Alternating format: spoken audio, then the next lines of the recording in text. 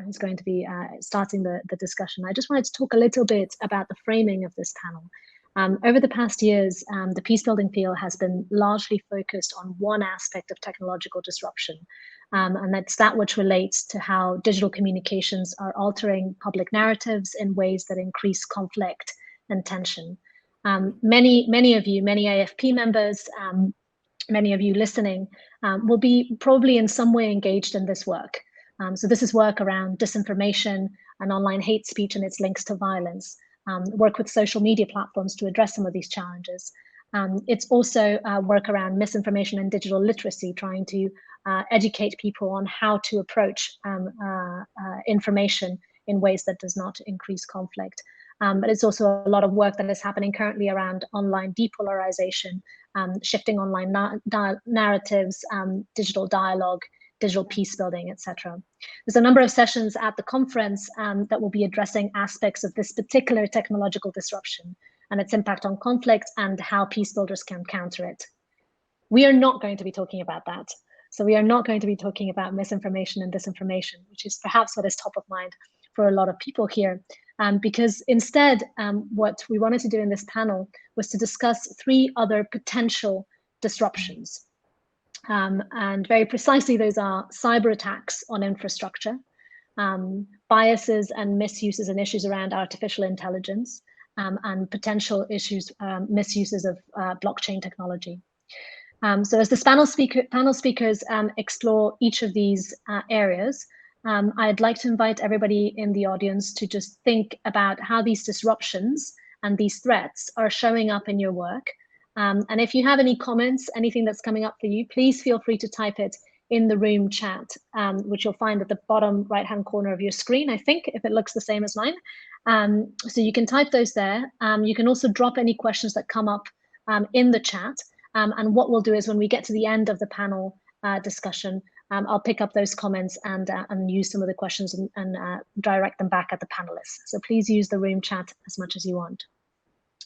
And without further ado, let's start with our first panelist, Gurmahar. So at Digital Peace Now, you are working to increase public awareness about cyber attacks and infrastructure that impact civilians. And I think what would be really interesting to know is why do you think it's important to raise awareness about this issue area? How are these threats playing out in your experience? I think, the most important reason is, like we said, that when we talk about the larger discourse around cyber attacks is, in our popular imagination on the internet, we talk a lot about misinformation and disinformation. The conversation about what cyber attacks, are, and what state-sponsored cyber attacks are. This conversation is still not, it's still not flourishing the way the conversation and the discourse around misinformation and disinformation has. And I think as a young 25-year-old person who has grown up with the internet, all my friends are on the internet. I use, I graduated from my master's program on the internet because of COVID.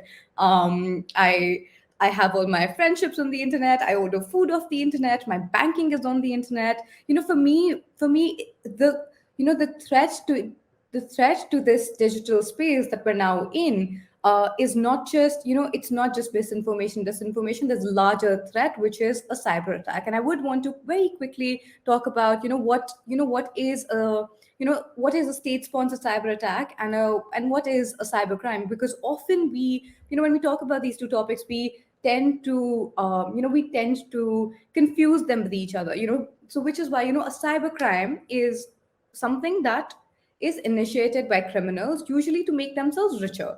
They're basically these scams that ask us to click on these random links. They come via, a lot of phishing scams that we've seen.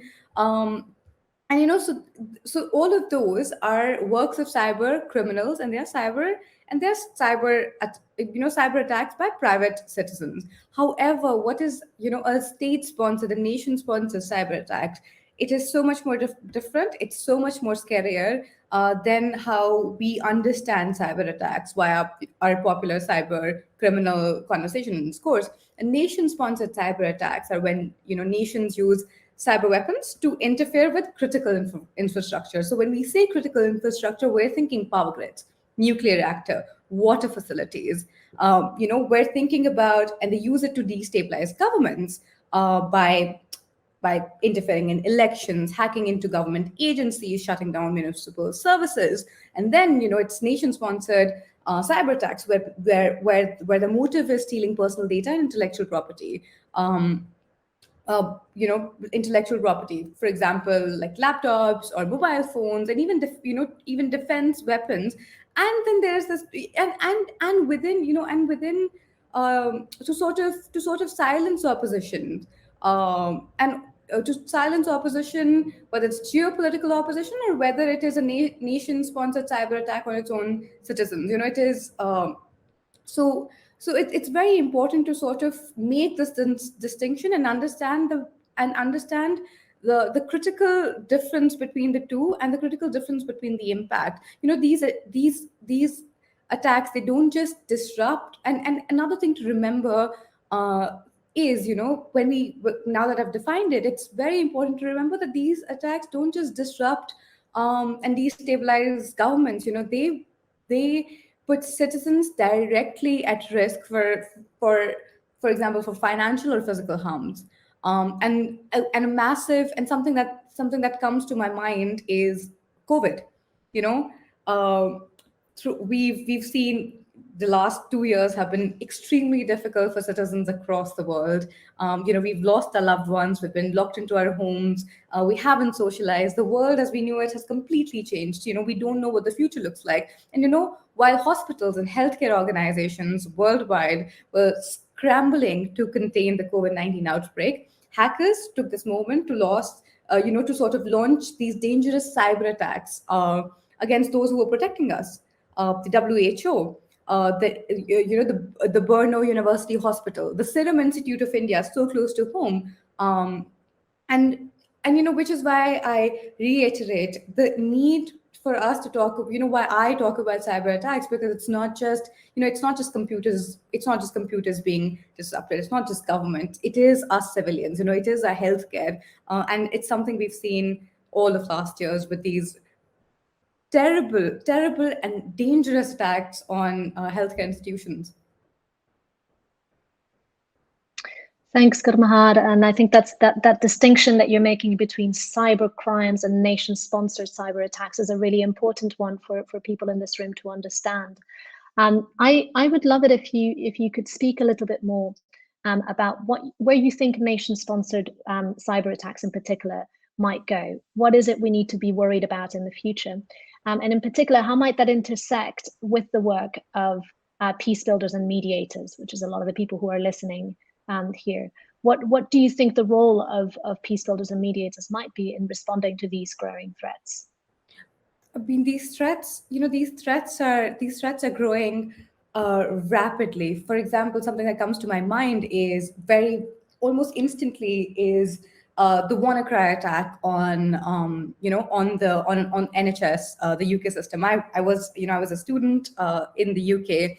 I know how important the NHS public system is for students, for citizens, and the WannaCry attacked the healthcare system, and what that resulted in was appointments being lost for patients who had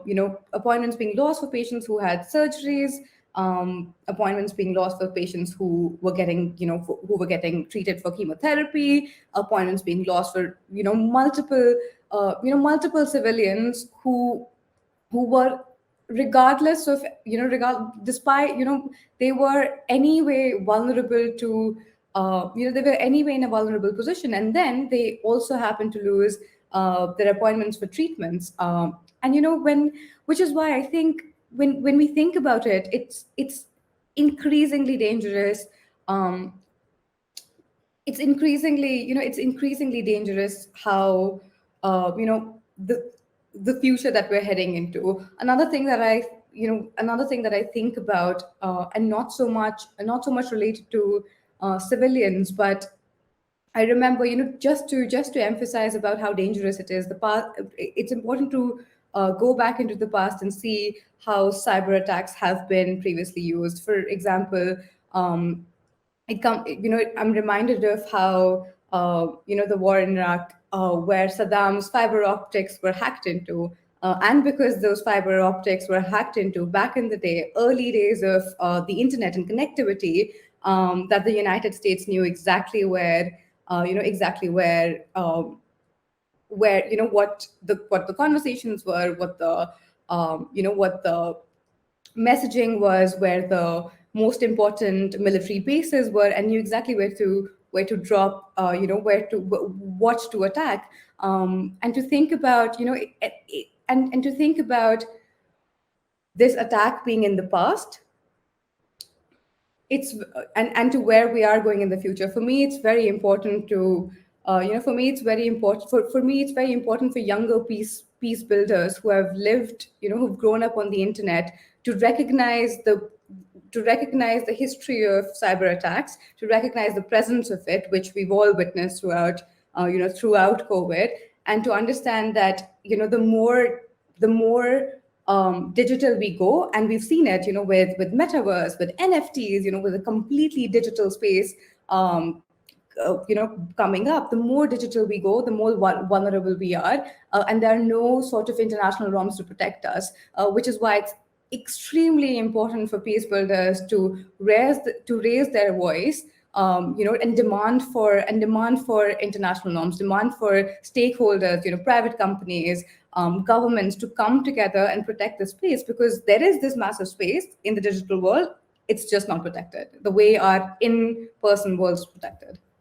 Yeah, and I think you're right. It is an area that it's not just not protected, but there's a lot of questions around the legislation of it, right? So I was reading today. I mean, I'm sure we're all watching what is happening in Ukraine at the moment, and I was reading today an article about a group of Belarusian cyber partisans, I think they were calling themselves, who basically hacked the Belarusian railway to disrupt the Russian buildup of troops. So I think there's a lot here that we don't know, how it's going to play out, and how peace builders and mediators are going to intervene. I know there's a big conversation around the application of the Geneva Convention to cyber attacks. So really an area, thank you for giving us that introduction, is such an area that we need to watch. And so I want to pivot now to our next speaker, Francesca. And Francesca, I know that you've also actually done a great deal of work in the intersection of peace building and cybersecurity. But I'm actually going to ask you about another area of your work, just for a diversity of content. You've been looking at uses and misuses of artificial intelligence, and how this can impact conflict and peace. And I just wanted to ask whether you could tell us a bit more about this, and in particular, what are the threats that have developed with the rapid advancement of artificial intelligence in the last few years? Thank you so much, Elena, for the question, and thanks a lot also for, to the colleagues and the participants for the discussion. Actually, I would like to start with an extremely important point that Gumerhar highlighted, the need to focus on humans. And I think it's important because this is bringing to start with a thought when we talk about AI, peace and mediation. So peace mediation has traditionally been a low-tech field, if you think about it, because it was mainly characterized by face-to-face interaction based on emotional intelligence and empathy. So in today's world, and also as Gumerhar was mentioning, further challenge, for example, and shaped by the COVID pandemic, peace mediators witness a sort of increased reliance on their and conflict parties' activities on digital tools, which means also that traditional conflict scenarios have indeed changed towards a more, what is called a sort of hybrid format, merging classical armed operation with information and technological ones. And so we need also the peace mediators to be well versed in new technological application. And if we think about it, some of them are increasingly powered by artificial intelligence. I would like to start with a couple of examples, and mediators already use those that are, to a certain extent, let's say, tools powered by algorithm to improve the product. So, for example, think about social media. So to support sentiment analysis, or, for example, to strengthen the channels for engaging with the different parties to foster greater inclusivity and also strengthen public communication strategies. Another relevant field might be, for example, the one of the geographical information systems that are key to provide the geographical information, real-time or historic, for example, on specific location, how they are affected by the situation on the ground, ongoing fighting, movements of population. And we have already some, interesting deployments. I'm thinking of the cases of Libya and Yemen, where, for example, the UN deployed an AI-assisted poll that worked through live digital sessions to draw a consultation of up to 1,000 people and gather the different viewpoints on the priorities for the peace process. And in theory, the platform allowed for anyone, basically with an internet-connected smartphone, to join the consultation and also to anonymously provide feedback. And I'm giving this example because in both instances of deployment, no issues were reported. But considering your question, Elena, when we think about the potential threat, I would like to let's say, to have a sort of like two big buckets, if I may. One is what it means to consider potential societal threats, so societal dimensions. So, for example, the consultation that are meant to be inclusive and bring the voice to concerned population.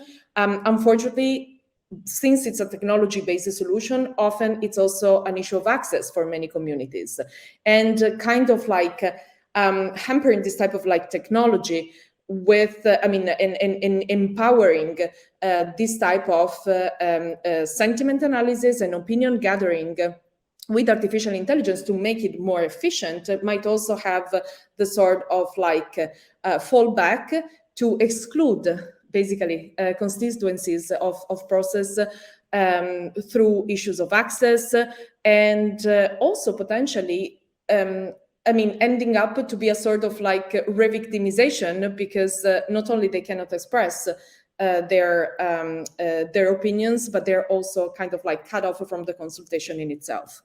And this is more on the societal field. Clearly, it can be developed further, but just to highlight a couple of considerations. And then more, let's say, on the technology side, and as a sort of like segue of what Gumahar was saying, I would like to identify just, let's say, two main areas. One is the fact that clearly, and we've seen this for quite a while now, there are aspects related to the sort of like empowering, even enabling, even further cyber attacks thanks to artificial intelligence. Practical considerations are availability of cheap and increasingly effective AI system for attacks. Means that you broaden the categories of individuals and groups that have the potential to become malicious actors. And we've seen a sort of like a democratization of artificial intelligence, because you have the increasing number of actors, but also the democratization of the software and the AI systems themselves. Also consider that the automation of tasks for which basically machine learning and AI are conceived means also automation of attacks, basically. And to sum up, the spectrum of malicious actors that is kind of like widened by the proliferation of cheap computing hardware, growing availability, and also the decreasing cost of computing capability is basically facilitating the potential malicious activities. I have also a couple of considerations in terms of not only basically the widening of the potential threat landscape and efficiencies and effectiveness of these attacks, but also in terms of like potential personalization. So actors can more efficiently target the specific people, clearly, but also specific communities. And this will make a sort of like the low reward field of mediation an interesting target for cyber criminals and ransom groups.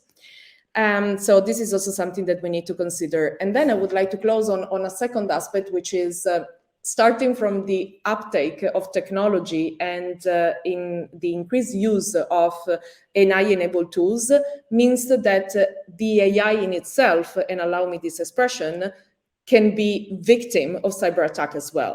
And I mean, a couple of examples in mind are, for example, data poisoning attack. So where you basically corrupt the process during which the AI system is created. So basically it's resulting in system malfunction. Or, for example, adversarial examples, manipulating what is fed into the AI system in order to alter the output of the system and basically to serve the malicious purpose. When we think about the potential consequences, think about, for example, the damage that might be caused by manipulating signals and making the AI act in an intended way. There are, I mean, tons of examples related, for example, to the damages caused by autonomous vehicle that can, for example, ignore the stop sign and crash into other vehicles. Or, for example, deception for malicious purposes. So basically the attacker that can try to evade detection that is posed by an AI system, and this can lead, for example, unlawful content to propagate. And then I have like the very last point, which is related to, how can I say, this sort of like traditionally, historically, low-tech field, the uptake in technology, and also the role of private sector companies, and the fact that, I mean, the peace mediators field is more and more relying on private sector companies, on tech companies. And the problem is also that clearly adding, let's say, this component into the picture is also opening potential other threats. It's very unfortunate what happened, for example, recently with the ICRC, where they were attacked. And I think what I would like to strengthen as a conclusive point is exactly what Gumer has said, meaning that attacks, either cyber attacks, attacks against the systems, attacks against AI systems, are ultimately attacks on people, because they have an impact in real life. And clearly, considering the peace mediators community, I mean, I think we need to have a discussion about a particularly sensitive field. Thank you, Francesca, and thanks also for the effort that you made in making that connection in between what Gurumahar was saying and what you're talking about in terms of artificial intelligence. I think it's really interesting, actually, and I have to say a surprise to me, because I think about it slightly differently, that you focused on cyber attacks and malicious uses, actors using artificial intelligence, right, or attacking artificial intelligence so it does unintended things. There's one threat that I want to throw back at you, which I think is the one that I worry about, and maybe it's just because of the projects that we've worked on, which connects to what you said about the peace building field relying on experts outside of the field, who maybe sometimes feel like they work within a black box, and it's the threat of bias. So not of malicious actors making an AI do something unintended, deliberately crashing into things, or deliberately misidentifying things, or stealing data, as was the case with the ICRC recently. Yeah. But rather benevolent actors coding AI in such a way that it does unintended things, like not identify people correctly, or even worse. I've heard recently there was a pilot run by UN Global Pulse, and I'd be interested to hear what you think about this, that looked at Twitter handles and assigned gender based on facial recognition and names. I find that to be quite biased and ethically problematic. And I'd be curious to know what you think about that. So not the malicious use, but the sort of benevolent but unintendedly unethical, potentially, use of AI. And that's interesting, because I think it's, as I mentioned, I just gave it, let's say, a highlight when I was mentioning about, for example, the issue of access. But the issue of bias is I think of utmost importance, and I would call it a sort of like the potential societal harm that this can have, and the unintended consequences. One immediate thought that I have, and this is also linked to the last point that I was making about involving, I mean, in a traditionally, let's say, very human field based on human to human, inputting the role of technology, but means also the producer of the technology. And considering traditionally the low-tech field means that in most of the cases, the mediators themselves, they are not the coders. And so to go back to what you are mentioning, the risk that I see is that usually these products are kind of like, I would say, let's say standard products or products that are developed and potentially can be customized, but they are not designed with the specific needs in mind, and they are not designed often with the users. I mean, one of the biggest discussion about the in artificial intelligence field in general is exactly what you mentioned, Elena, meaning that the coders are not, let's say, a good representation, I would say, of a sort of like a diversity and inclusive approach. And this has a serious reflection specifically in the mediation field, where you have to profoundly understand the local context, the local dimension. I mean, apart from the very good example that you are making, which is a sort of like massive, let's say, approach, also think that often the mediation field needs to understand not only the language, but the culture, I mean, all the different aspects that you have in very specific local context plagued by the conflict, and that they are trying to exit from the conflict. So in this situation, I think that what you're mentioning is extremely relevant, and it goes back to what I was saying about the need to rethink also about the private sector engagement. And if I may, I mean, a sort of like that's also a topic that I'm very passionate about, is not just to be inclusive, meaning having consultation, but having co-design. And we're not there yet. In different field, I would say, but specifically with the mediation processes, we have it on many digital tools, but often without the security in mind. And I mean, and you know, so where I come from, I think there's much more understanding now in terms of like the potential, the benefit of digital technologies and the potential challenges, but security considerations also when it comes to, for example, access and bias and the impact on people, we don't have such a knowledge and understanding yet.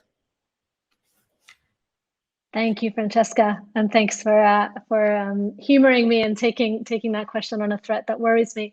I have to say it's something that I've been really interested in, because I think this idea about the importance of peace builders and mediators co-designing technologies, and particularly the technologies that deploy artificial intelligence is something that we've been really interested at Build Up. We actually just completed the design of a social media analysis tool that was done by peace builders together with coders, trying to kind of do a best practice of how would you bring that perspective into the design of a tool. So I think there's a lot more work to be done there. There's some great questions in the chat that I'm going to park. So thanks to those who have posted the questions, and please keep them coming. But I would like to give the floor to Dante, to our last panelist, before we take any further questions. But Francesca, you can start thinking about those because they're addressed at you.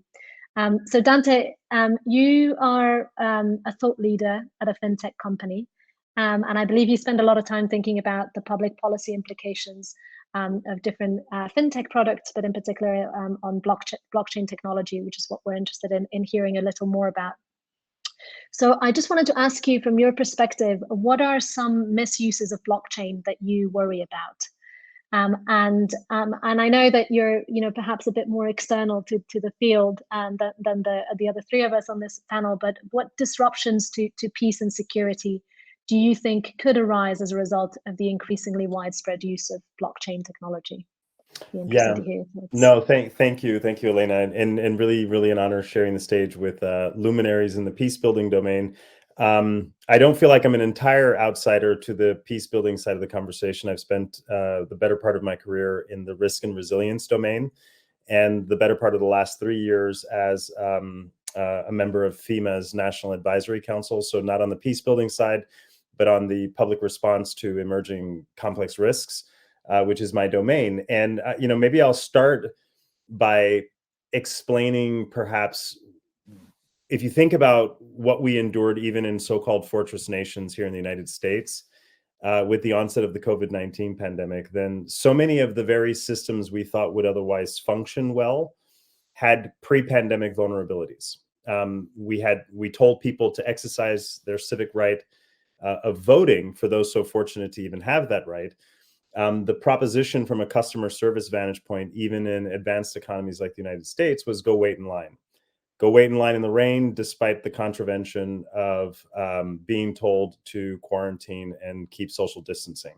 So even in an otherwise vibrant democracy, an enemy that is unseen by the human eye was sufficient to bring our civic engagement to a halt. At a time, frankly, when the alarm bells and the institutions and the alarm bells, the dashboard was flashing bright red on whether or not the very democratic process could be functionally exercised inside the United States. Then you think about all of these other big fundamental things that relate to political, household, economic, and societal continuity. Moving money, paying people fast, cross-border payments. How do you even achieve the first of the UN Sustainable Development Goals, which is to eradicate extreme poverty, when we live in a planet with so many people who are functionally outside of the reach of traditional banking systems? And so the lens with which I have come to the blockchain sort of use case, and then with it, of course, I'll answer the question of negative externalities, is a lens in which, if you could in fact extend the perimeter of trust, bearing in mind that no technology is a panacea, as Gumahar and Francesca so ably described at the outset, but if in fact you could extend the perimeter of trust, minus all of the necessary intermediation that comes with everything from finance to voting to any kind of engagement peer-to-peer and societally, then you have an opportunity to sort of overcome the brick and mortar problem that we have with, so many traditional systems, including, frankly, Peacebuilding, are at a point of diminishing returns. That but for technology, as a part of digital public goods and as a part of core infrastructure, the world has a problem. Like, we simply cannot cater to banking the unbanked. We simply cannot cater to solving for 1 billion people born in the shadows with no transportable, universally portable, privacy-preserving form of identification. A lot of these challenges can be solved by the advent of blockchain technology, but particularly public blockchains. But the technology alone is not a panacea. And I think that's maybe a thesis that will run through the panel thus far.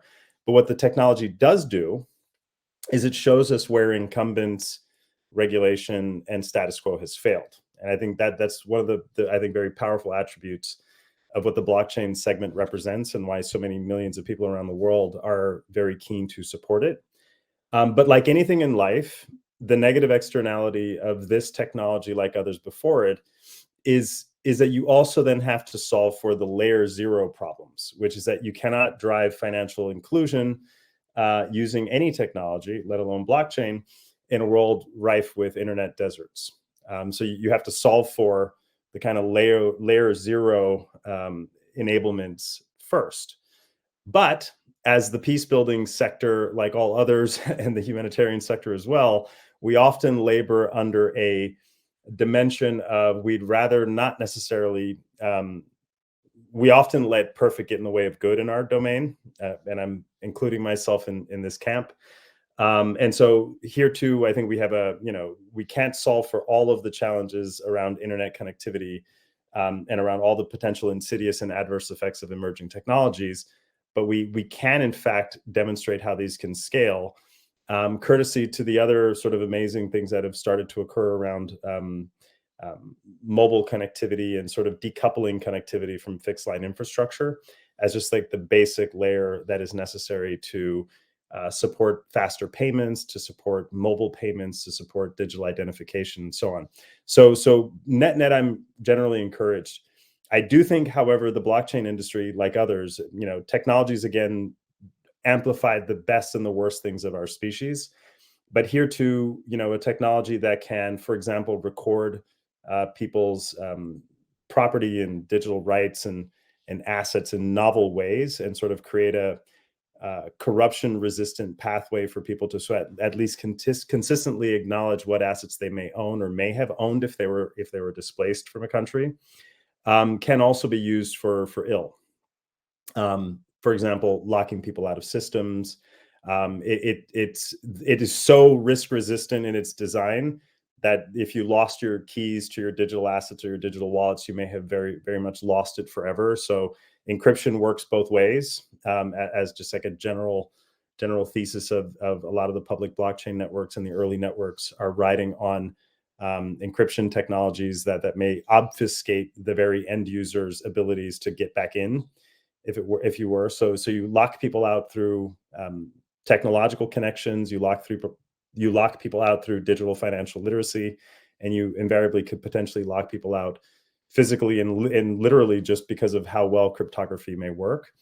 So there's a lot of like base layer literacy issues, base layer technical connectivity issues.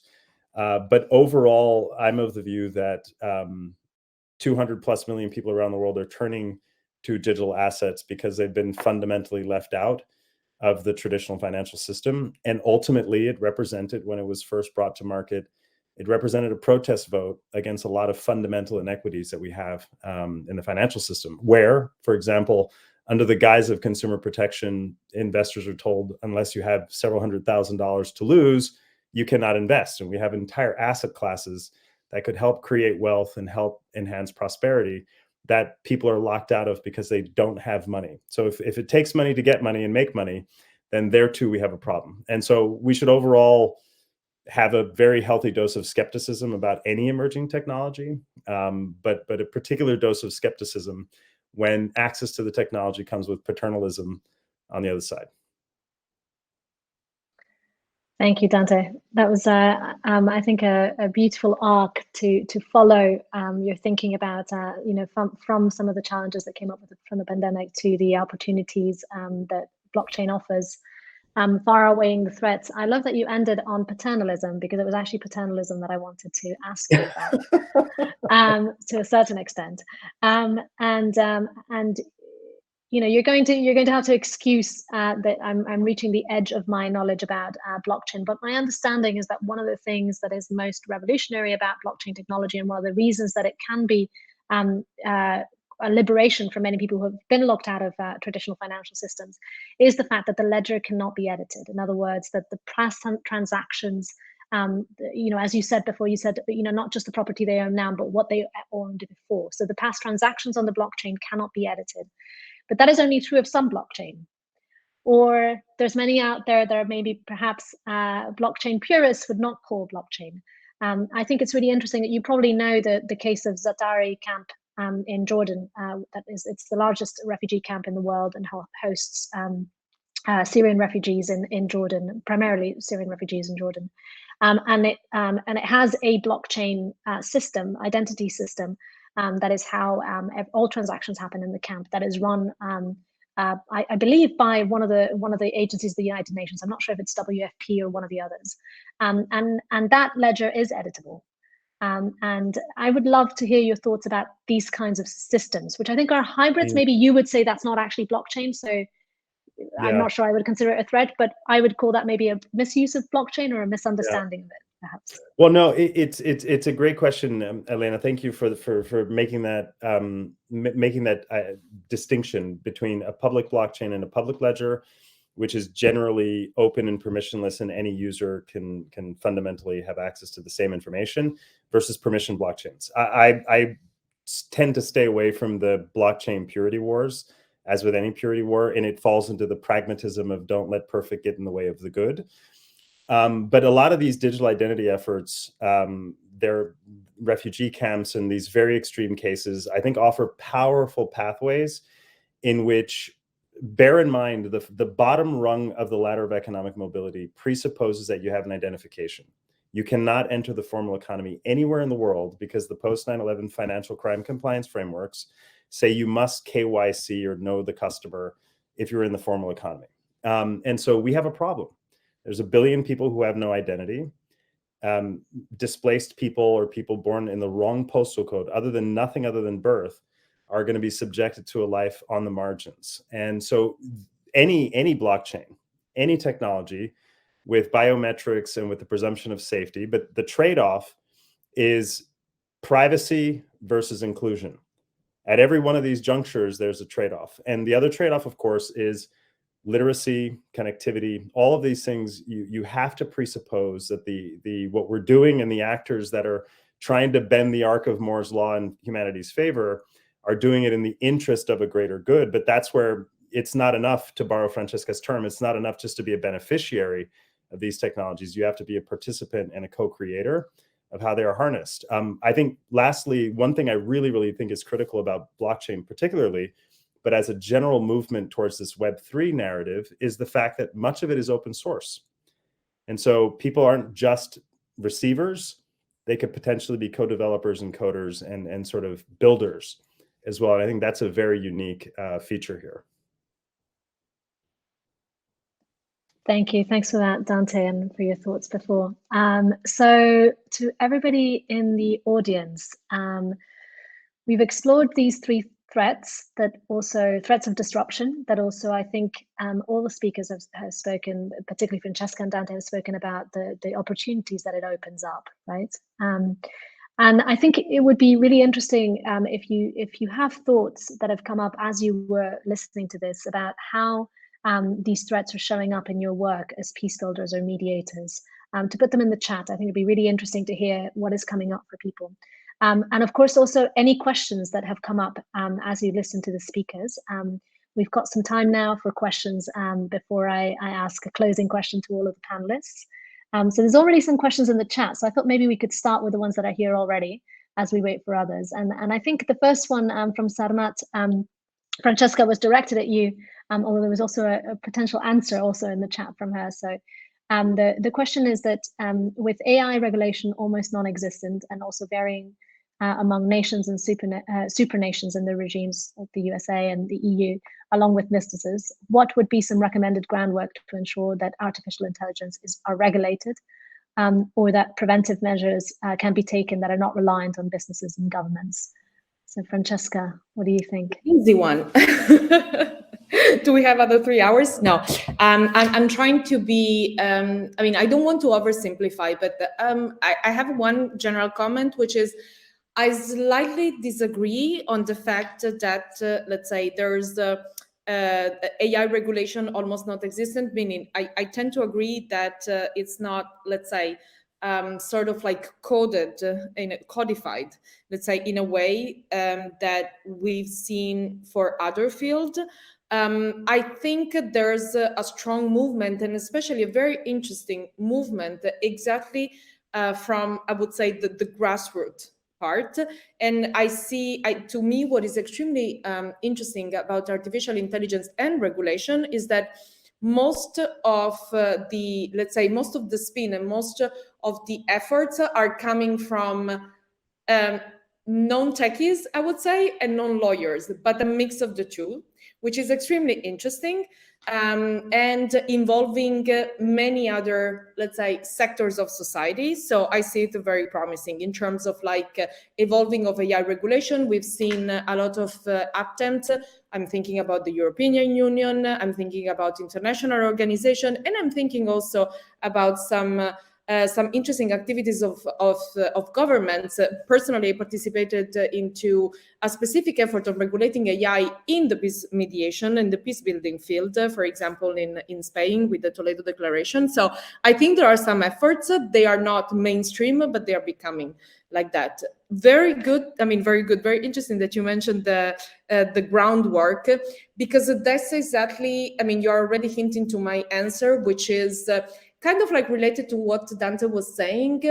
I would go even further more, and I would say you need to be a responsible tech user and a responsible, let's say, tech citizen or tech professional, which means that especially with the uptake of technology, and I'm thinking about AI and machine learning, you need to understand how it works. You need to increase the knowledge, because then you can also understand how it can be misused and why it needs to be regulated. Because if you ask to, I mean, let's let's think about the discussion. I'm always using these examples. Let's think about the discussion that we are having, let's say, outside this sort of like usual suspect circle. Let's put it in this way. When you talk with, with your friends, with your family, are you discussing these issues? No, unfortunately, they're not mainstream, and therefore, it's not in the culture, I think, to ask for, let's say, sort of like responsible regulation on that, because we haven't understood yet the potential threats and misuse, to go back to Elena's point, and where I think the gap is to move into the regulation part, but also to move into, let's say, how we can enhance the defenses, is to start with knowledge, and knowledge is not there yet. Also because it's, let's say, relatively a new field and relatively a new field of application. So knowledge is not there yet. And to me, the steps needs to be more research, data collection that is bringing to more knowledge, that is bringing to more awareness. And through awareness, you go into understanding. I just want to make a very final comment, which is, this is the approach that we've taken. And when Gulmehar was speaking about, for example, the healthcare sector, I think she nailed it, because she mentioned some very, let's say, some kind of like very, let's say, known cyber attacks against the healthcare sector, but they're also unfortunately very known because they had consequences in the physical world. They were attacking people in the end. And what we did at the Cyber Peace Institute was mapping those attacks. We created one tool that is called the Cyber Incident Tracer Health, where not only we map the attack, but we are also explaining the real impact. How many ambulances diverted? What happened to the people? And I wish that we can do the same when it comes, for example, the peace mediation field, when it comes to the nonprofit field. And this is also what we're thinking about in terms of like collecting data and visualizing is also a tool for the victims to basically claim their rights. And for governments, since it's also related to regulation, to have what I call the evidence-led policymaking. And as mentioned, I think we are in the process of doing that, so I would not lose faith, let's say, but we're not there yet. Thank you, Francesca. And I just want to add to what you're saying by pulling out from Sarmat, actually, after posting her question, also posted a suggestion about a book, Algorithms of Oppression, How Search Engines Reinforce Racism, which I would also strongly recommend. It's an excellent read. And I think one of the things that book brings home, which connects to what you were saying, is that sometimes we may realize the threat or the impact that a system is having, but not realize that artificial intelligence is behind it. I'm reminded, for example, there is a very, very big public debate in South Africa about the use of CCTV cameras, smart CCTV cameras, and how they are essentially racist as well. And the background to that is that it's the AI that does the facial recognition that has been coded to essentially identify certain shadows and certain not unclear images in a racial way, and certain behaviors associated with Black people and Black South Africans, and that's had an impact on policing and on racist policing. The debate, however, is about CCTV. It's not about AI, right? Because there's not that's not where people are thinking of. What they know is the CCTV, and that's what the debate's about. So I think that's quite an interesting example. And I think in Algorithms of Oppression, Safiya Noble does a much better job than I'm just doing of explaining how that shows up and how we may not realize that it's artificial intelligence, which I think is part of the issue of education that you were talking about, Francesca. Did you want to say something to that before I move on to I was just mentioning that it's interesting because I saw a question in the chat about data poisoning, and I was about to go, I can tell you the 4 measures going from network protection or restrict access to machine learning databases, stronger user identification, endpoint security. Ultimately, beyond the technical measures that you can put in place, that's exactly the type of, I think, responsibilization that we need to have. And I think that Elena, you made an excellent point with the example of the CCTV camera, and this is why also when I was mentioning some tools that these mediators and we are already using without the thinking that they might be AI enabled or powered, let's say, but this is dramatically impacting the way that technology work, and is dramatically impacting the way, the data flows, for example, the consequences that this might have. And so going back to data poisoning, again, I can come up with some very technological and solutions, but the first thing that I was thinking is, on one hand, let's say on the coding hand, basically involving, let's say, the users into the production of the algorithms, which is the point that I made before, but also on our end, as users, being more knowledgeable in how the algorithms work, and also routinely checking the data for anomalies, for example, in order not only to have a sort of like a reactive mode. And I know with data poisoning it's extremely difficult, and I think it's a very good question also because there are studies also kind of like powered now by the uptake on deep fakes, which is kind of like type of data poisoning. So that's why I'm saying, again, it's a sort of like a nascent field. And there's a big debate about promoting a sort of like reactive approach to security.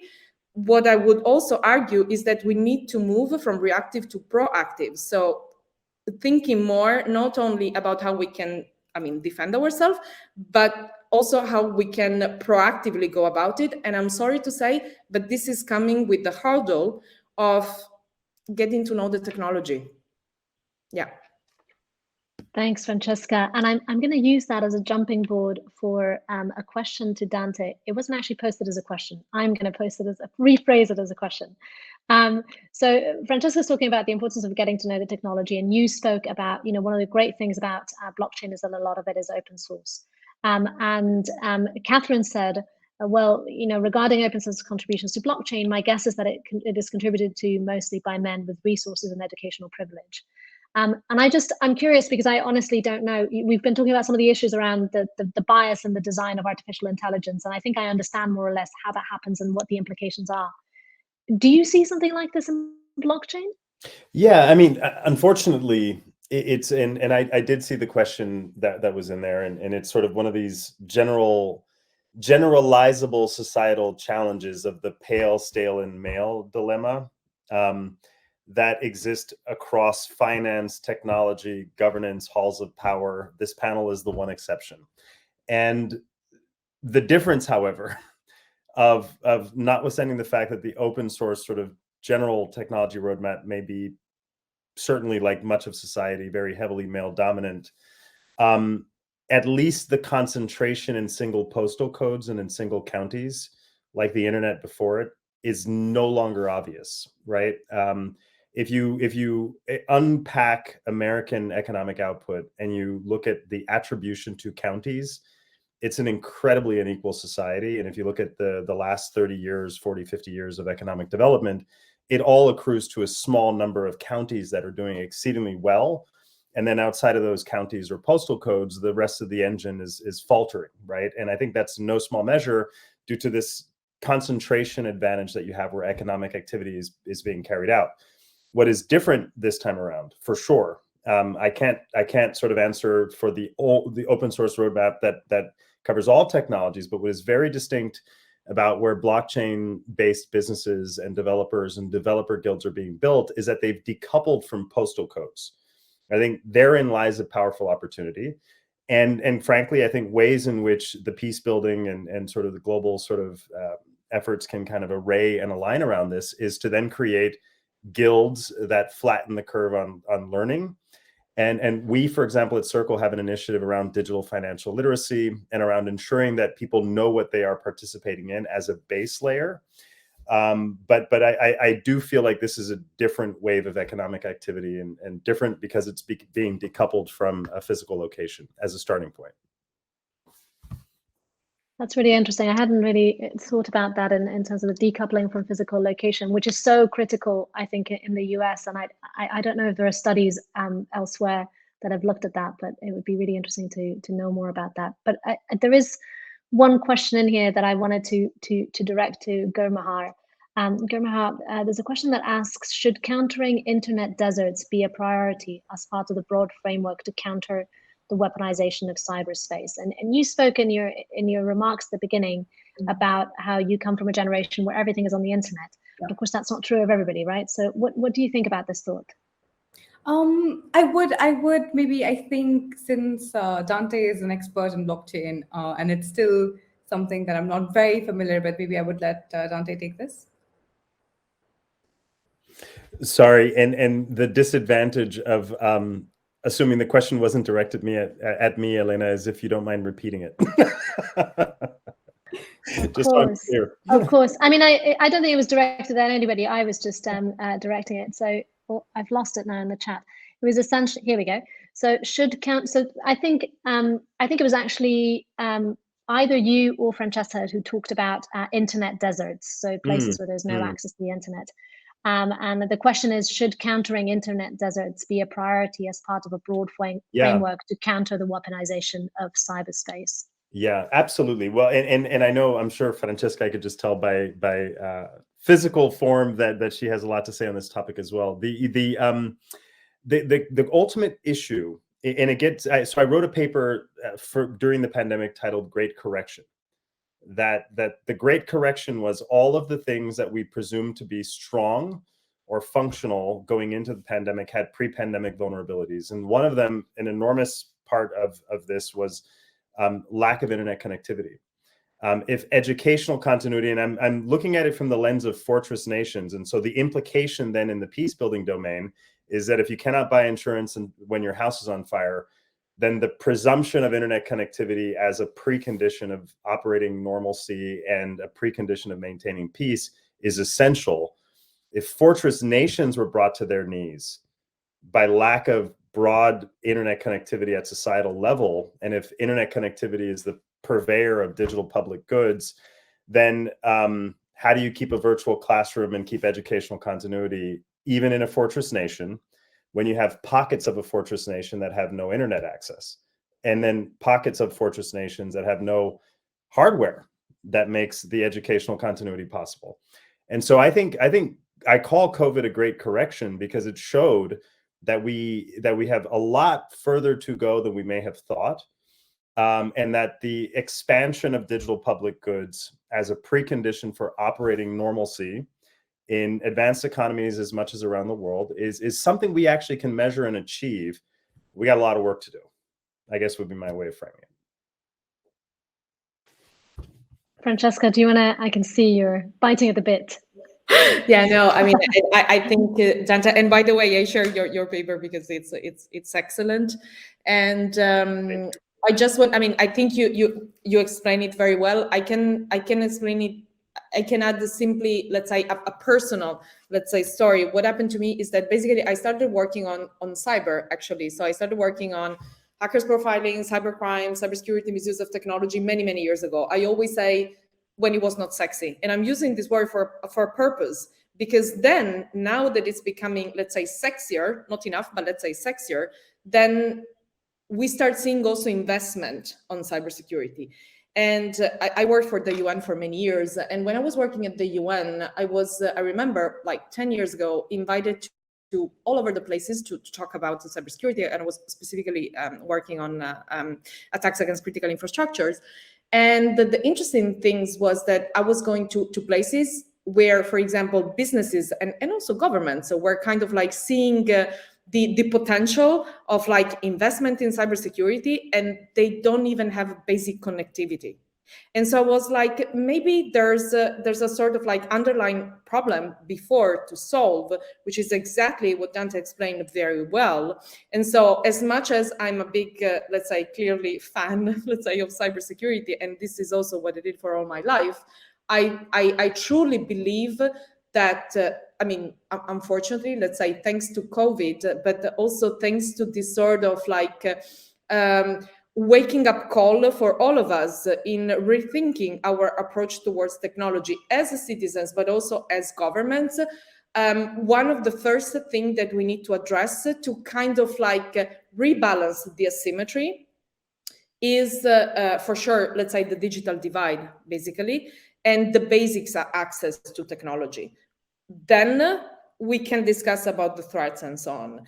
But let's face it, and also let's also face the fact that it's not something that is happening, let's say, far away from us anymore. This is also super important dimension. So the internet desert is affecting us all and is impacting us all, because I mean that's also the beauty, let's say, and the challenges posed by the internet. Thanks, Francesca and Dante, for engaging with that. I've answered some of the more factual questions asking for links and things of the sort, but there's a question here about gender and AI systems. So this is referencing, I mentioned a case where social media posts, it was actually not social media posts, but social media accounts were assigned gender by an AI system. And I've posted the paper that explains how that was done in case you want to read more about it. The question is, what can be done to combat gender discrimination and misgendering by future AI systems? From those who, I guess that is meant to say, who design the systems. I don't know if that was addressed at me, but I would just say very initially that I think this comes back to something that Francesca talked about, which is the importance of having more diversity in those who design the kind of AI systems that we're using, particularly when we're using them. Well, I actually think for everything, but even more so perhaps for some of the kind of work that we do as peace builders. I don't know if anybody wants to have another go at answering that question regarding what can be done to combat gender discrimination in the design of AI systems. Any of you? I mean, I knew it was going to happen, and I was the first one. So again, I mean, I don't want to sound like a broken record, but I think there are two aspects. One aspect is the co-design, for sure. And the second one is what I meant, what I've been stressing up to now about being more responsible users, meaning and claiming for your rights, but with, let's say, with opportunities also comes responsibilities. And that's why I'm saying there is one aspect which is, let's say, something that it needs to happen in the process of the co-design, for example, working with coders and working with end users and so on and so forth. But the end users needs to demand for that, and that's a little bit the point that I also want to make. And this is why I was so excited to be in this panel and then seeing the great questions in the chat, because they are all going into how we can improve basically knowledge about this topic. And to be very honest, I know we are discussing about the peace mediation field, which has some sort of, like, as I mentioned before, and Elena, you're super experienced in that. I mean, you know that, there are some specific features, but we're also talking about, let's say, grand challenges, like the one that Gurmehar said, like the one that Dante is presenting, that are affecting us all. And what I am not seeing yet is this debate becoming pop. So going out from this conference and having a larger debate about it. There's an excellent question in the chat about how we can humanize these tech-heavy topics, and I think that all of us in this panel, and I have the pleasure, to get to know you better and not just read, let's say, what you wrote, is also, I think it's a personal effort and a personal commitment that we're all doing. But how to address bias or racism in AI? Start calling it and start demanding that there are not only regulation in place, but a dialogue with the private sector companies, for example, enhancing the knowledge and awareness in sectors that, for, let's say, simply because now AI-powered tools are easier to use, we don't question technology anymore. I think you make a great point. And Gurmahar, I know you want to say something. I just want to provide a link here because I think you make a great point, Francesca, about just because it's easier, we don't question it. I think that's exactly what happened with this particular example that I was providing, right? Well, it would be easy to identify people by their picture and by their name because we have a list of names and what gender they're commonly attributed to, and facial recognition should do the job. Of course, walking all over anybody who is non-binary or trans, not to mention anybody who is not white and is probably going to be misgendered by facial recognition, et cetera, et cetera. I mean, I don't need to spell it all out, but it's just because it was easy. I think there's a danger of extraction, particularly, rather than participation. And for me, that's the answer to this question about how do you humanize. You humanize through participation and inclusion. You dehumanize through extraction, which is what this kind of like, what is it easy to do with some technologies, and particularly with AI? Gurmahar, I think you wanted to comment on this as well. I think it's a wonderful question, when it comes down to how do we humanize these tech-heavy topics in a way that general non-tech audience can understand. I think I would break it down, just to add on to everything that everyone here has said. I think I would break it down into two things. One, in language, and second, in relatability. I think when we talk about a lot of non-tech audience, it's usually, and it's also a larger debate about just academia and the language that we use when we're engaging in debates and sort of fine-tune, and sort of like narrowing deeper into that space, and it's something that happens with tech a lot. What we do need to realize, what we do need to realize about tech, for example, India, we are a very young country. 60%, 60% of us are under the age of 25. We've grown up with the internet. We are very familiar with cell phones, with internet, with social media, and now with blockchain technologies. And NFTs are a new fun conversation that everyone's having, especially amongst the younger lot. However, but I think it's very important to understand when we talk about, on one hand, we are talking about how cyber warfare and our vulnerability in digital space impact civilians, but civilians are not, due to this barrier of language. Due to this barrier of language, are the 40% of civilians who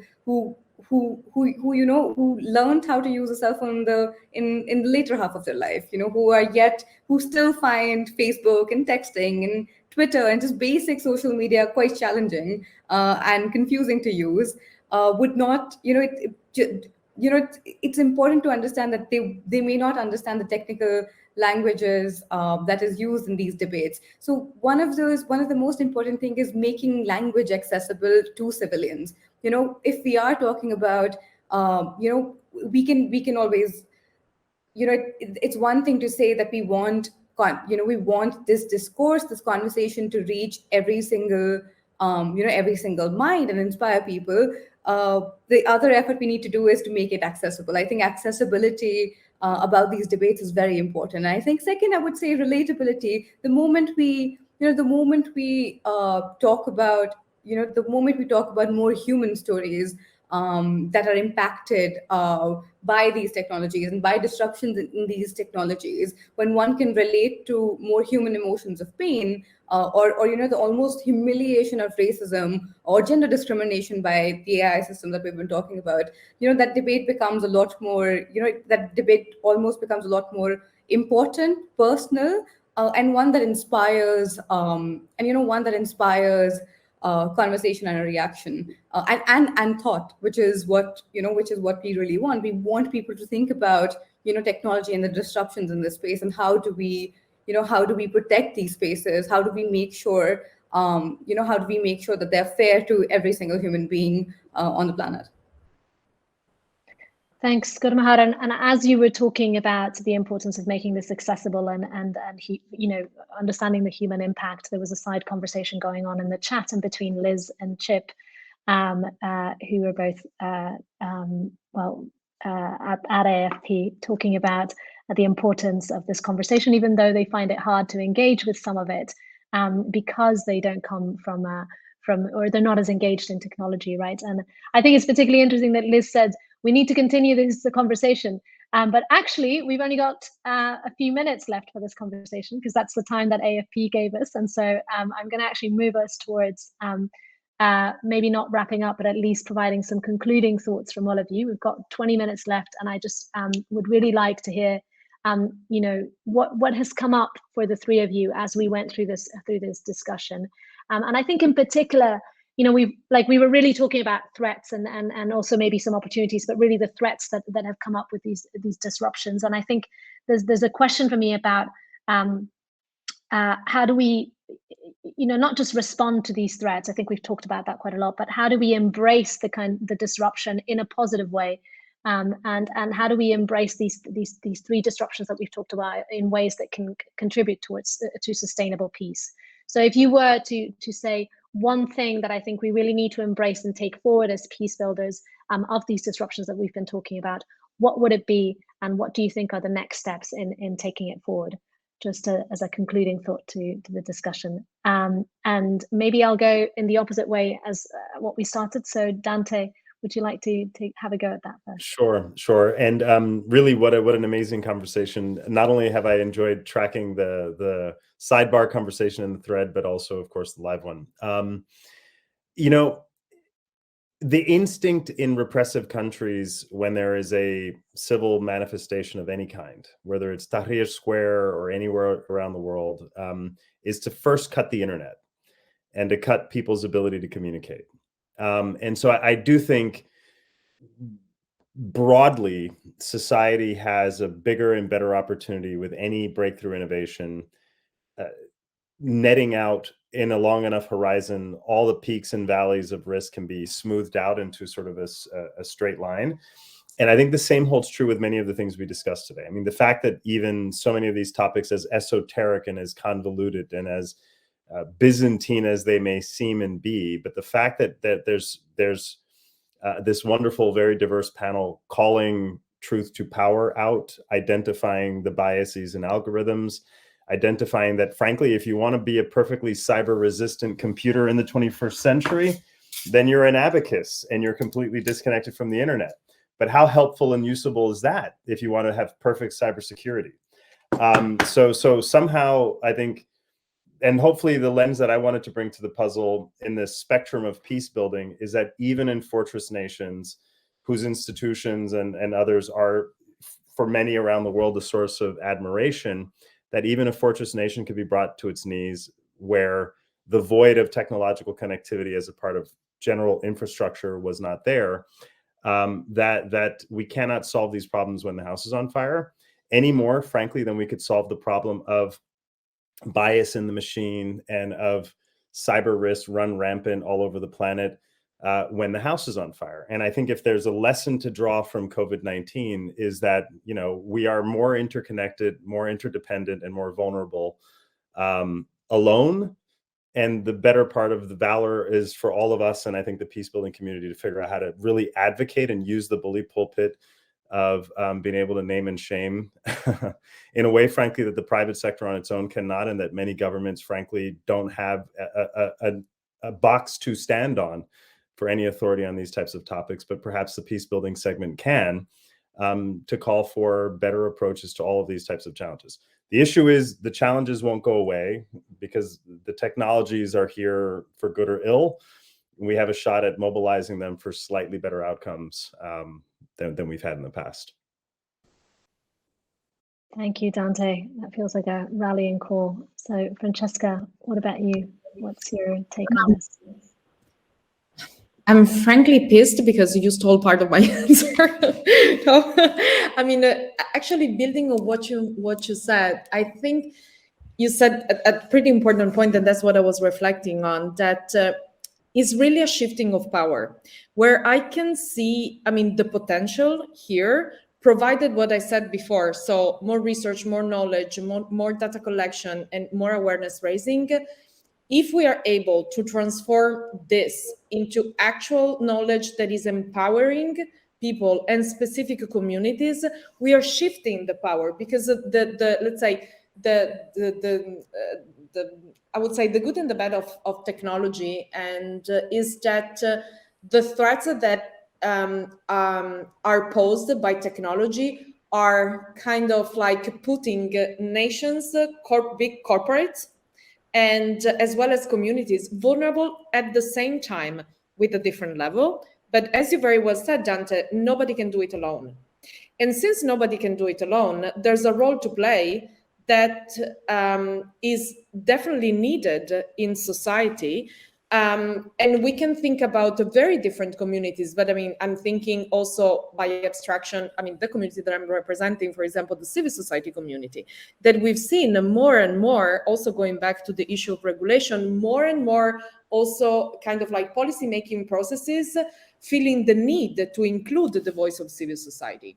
And that's also what we are advocating for, because exactly as you mentioned, there's, I mean, this sort of like inequality and this sort of like unbalanced uptake in technology or in producing and racing on technology is also making at the same time the same actors very vulnerable to it. And so the only way that we can really advance is to have this what I would call, let's say, in a sort of like very official term, a multi-stakeholder approach. But I mean, honestly, starting with this, starting with a dialogue that is like increasing the knowledge and awareness, but it's also increasing the appetite for that. Thanks, Francesca. So a multi-stakeholder dialogue, shifting power through awareness raising and knowledge and an understanding. I think also great points. Gurmihar, what's your take? Yeah, I completely agree with what Francesca just said. In fact, that's, when you think about this threat of cyber warfare and cyber attacks, the first, the two things that come to your mind as an immediate almost solution is one, multilateralism. You need multiple countries to come together to achieve this common goal of establishing peace in cyber warfare, establishing in cyberspace, establishing peace in cyberspace and establishing security in that space. And beyond, again, multilateralism, like Francesca said, we have multi-stakeholderism. We need global actors, civil society, private industry, individuals, states, everyone coming together to build solutions to this threat of, to threats of cyber warfare and attack. There's another thing when, you want diverse perspectives, almost sort of like this panel, you have diverse perspectives come together, when they're brought together in collaboration, you can find, there are solutions that, there are solutions that emerge to these problems. And another thing that also comes to my mind when I think about, a solution to this threat of cyber warfare, cyber attack, the moment it's also thinking about, this new lens, the moment you put a new lens and see cyber warfare as a cyber weapon, we go back into history. The last, as a new sort of cyber weapon, that's the ability to attack someone in the cyberspace as cyber weapon. The moment we go back into history, the last time a new weapon that could really endanger and harm society came into play, we had international norms built around it, the NPTs. You had a new weapon, which is nuclear. You had nuclear bombs and nuclear technology come into play, and you've had international norms built around it, like the NPT.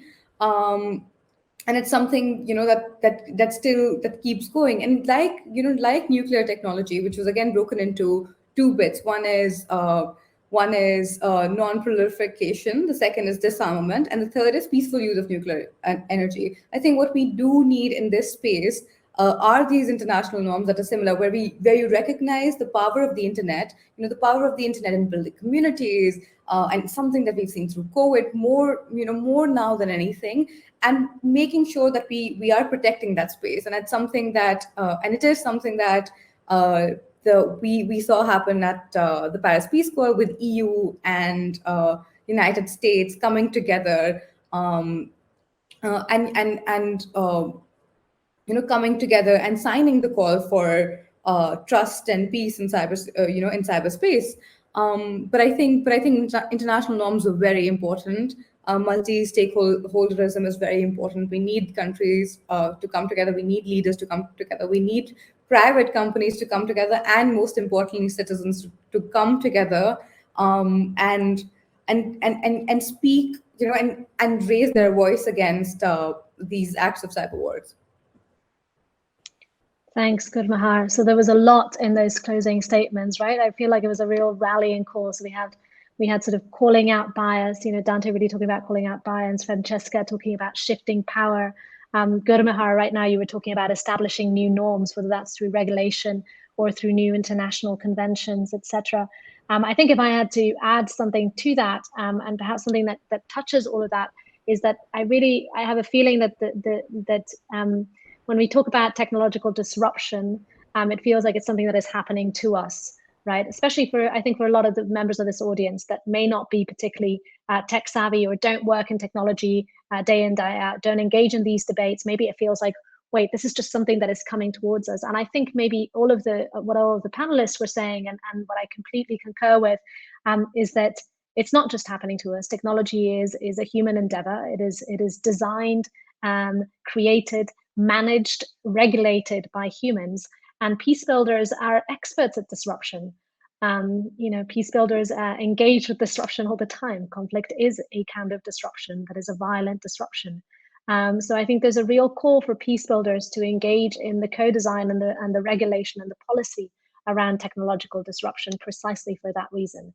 And I think with that, we're coming to an end, and we've come into an end too soon. When does that happen on a panel? So I think I do want to take just a moment, if I may, to thank AFP for, I love what Dante said before, this is not a pale, stale, or male panel.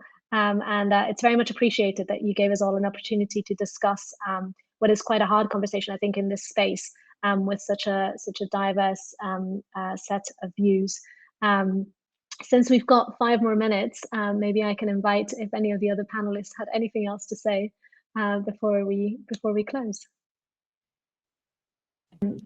Obviously, I have something to say. Thanks, Francesca. I was hoping, I was banking on that, in fact. Yes, so. I was also about to say my nature of like moving hands when I'm talking and getting super committed and excited. So apologies for that. I love the closing statement. It's not just happening to us.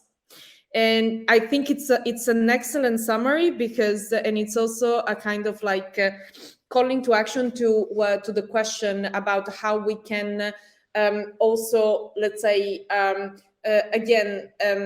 make this type of debate more accessible. I think there should be an honest effort on our end. Let's call ourselves expert in the field, and especially I'm looking at Gurmahar and Dante and Elena, so the speakers, but I'm sure also the participants, experts in their own field, to try to humanize basically the technology and try to explain it in a way that can be understandable. But on the other hand, also taking our responsibility, a little bit what I was saying before, it's not just happening to us. We are using the technology, and we need, on one hand, let's say, to raise our knowledge bar and awareness bar, and then also to claim on the basis of that our rights back, and and include the security as well. So that's why I'm saying I think you close it with a very good call to action. So thanks a lot. Here. I was going to say, considering I don't want to invite for an international crisis with my friend Francesca or Gurmahar, anybody on the panel, I completely echo the sentiment. In fact, you could argue that to continue this conversation would ultimately be forming a working group on what are the table stakes for addressing the challenges that we discussed. So really far-reaching in many dimensions, but hopeful in others. So thank you again. Yeah, thank you. It's a great conversation, very enlightening, and like you said, we need to move on from this panel and get it on the ground. So Liz, I know you're listening to us. I think that means we're setting up a working group to continue this hard conversation. Maybe we'll email you to ask you about that. Thanks everybody for showing up, and I hope you enjoy the rest of PeaceCon. There's a lot of great content out there. Thank you for today. Thank you.